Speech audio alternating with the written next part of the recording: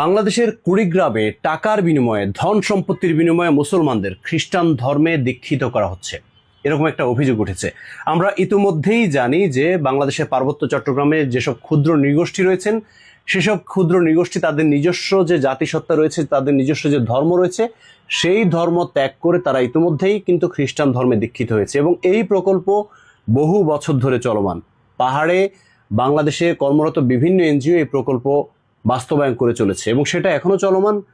প্রচুর মানুষ কিন্তু খ্রিস্টান ধর্মে দীক্ষিত হয়েছে এবং সেখানে অনেক চার্চ বা উপাসনালয় রয়েছে। পাহাড়ে এই প্রকল্প চলমান রাখা অবস্থায় তারা এখন সমতলের দিকে আসছে, অর্থাৎ তারা বাংলাদেশের সব সময় সবচেয়ে কম দামে কেনাকাটা করতে ভিজিট করুন damgam.com। কুড়িগ্রামে ফেরদাউস হাসান কুড়িগ্রামী নামে এক হুজুর বা একজন আলেম তার ফেসবুক পোস্টে, আজকে আমি যখন ফেসবুক স্ক্রল করছিলাম তখন এরকম একটা পোস্ট আমার সামনে এসেছে, যেটা দেখে আসলে আমি স্তম্ভিত যে সাধারণ ধর্মপ্রাণ মুসলমান যারা আসলে পরকালের নেশায় বুঁদ হয়ে থাকে, আল্লাহকে স্মরণ করে থাকে, ইবাদত করে থাকে, তারা দুনিয়ার সুখের আশায় ধর্ম ত্যাগ করে, নিজস্ব ইসলাম ধর্ম ত্যাগ করে খ্রিস্টান ধর্মে দীক্ষিত হচ্ছে।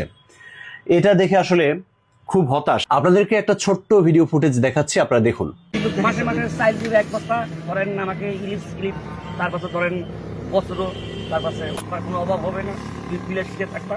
কিন্তু আমি তো বলছিলাম যে না, আমার তো আপনাকে তারা যে এই কথা বলে আপনি খ্রিস্টান বানিয়েছে যে আপনি টাকা দিবে, 10,000 টাকা দিবে, সে দিবে, পরে কি আপনি তারা টাকা দিয়েছে ঠিক মতো?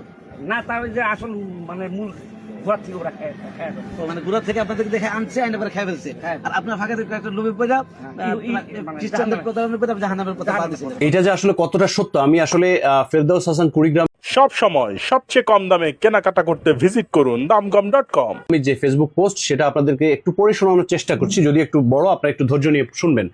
তিনি লিখেছেন, হঠাৎ করেই কুড়িগ্রামের বিভিন্ন প্রান্তে বিদেশিদের বেশ আনাগোনা দেখা যাচ্ছে। এর কারণ কি হতে পারে? আমাদের কাছে মিশন কর্তৃক আক্রান্ত একটি চরের সংবাদ আসলে তাৎক্ষণিক সাথীদের নিয়ে ছুটে যাই সেই চরে। দুর্ভাগ্য বলবো নাকি সৌভাগ্য বলবো বুঝতে পারছি না, চরে পা রাখার সাথে সাথেই হঠাৎ আমাদের সামনেই পড়ে যায় বিদেশি কয়েকজনের একটি টিম, সাথে রয়েছে স্থানীয় কিছু দালাল। আমরা তাদেরকে জিজ্ঞেস করলাম, এই চরে আপনারা কেন, এখানে আপনাদের কি কাজ? উত্তরে স্থানীয় দালালদের মধ্য থেকে একজন জবাব দিল, ওনারা বিদেশি, এখানে মিশনের কাজে এসেছেন। আমি জানতে চাইলাম ওনাদের মিশন কি। দালাল বলল, এই চরে এনজিও কর্তৃক নারী কমিউনিটি সেন্টার পরিদর্শনে এসেছেন। তারপর আমি জিজ্ঞেস করলাম, এই কমিউনিটি সেন্টারে ওনাদের কি কাজ? দালাল বলল, এখানে নারীদের উন্নয়নে কাজ করা হয়। আমি আবারও জানতে চাইলাম, এই যাবৎ নারীদের কি কি উন্নয়ন করা হয়েছে?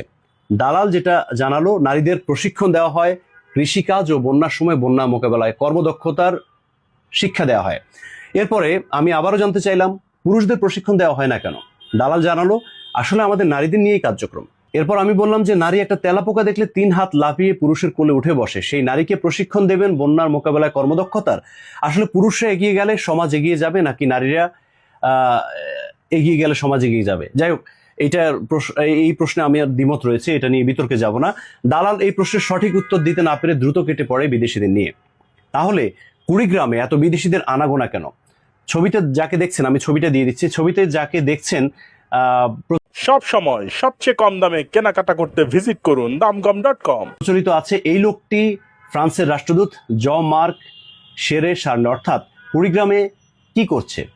গুঞ্জন উঠেছে সে স্থানীয় ধর্মান্তরিত খ্রিস্টান পাদ্রী ও তথাকথিত ইসাই মুসলিম জামায়াত নামক মিশনারিদের সাথেও দেখা সাক্ষাৎ করেছেন। এরপরে সে এখন কুড়িগ্রাম, লালমনিরহাট, গাইবান্ধা ও বৃহত্তর দিনাজপুরে। কুড়িগ্রামে ইতিমধ্যে 16 থেকে 20,000 লোক খ্রিস্টান হয়ে যাওয়ার আনুমানিক একটি রূপরেখা আপনাদের সামনে ইতিমধ্যেই পেশ করেছে। অর্থাৎ তিনি বলেছেন যে ইতিমধ্যে প্রায় 16 থেকে 20,000 মুসলমান খ্রিস্টান ধর্মে দীক্ষিত হয়ে গেছে। যদি এটা সত্য হয়ে থাকে, কতটা বিপজ্জনক তথ্য, আমি আমার মাধ্যমে আপনাদের কাছে জানাতে চাচ্ছি যে এটা আসলে কতটা ভয়ানক তথ্য।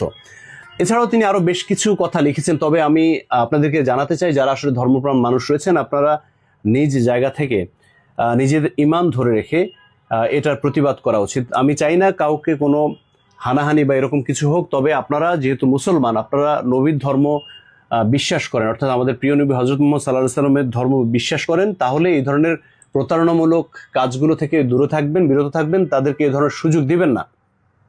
কারণ আমাদের একটাই ধর্ম, ইসলাম।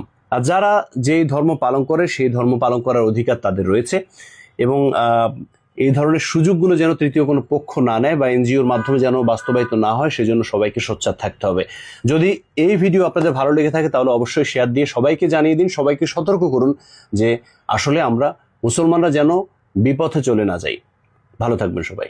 সব সময় সবচেয়ে কম দামে কেনাকাটা করতে ভিজিট করুন দামকম.com।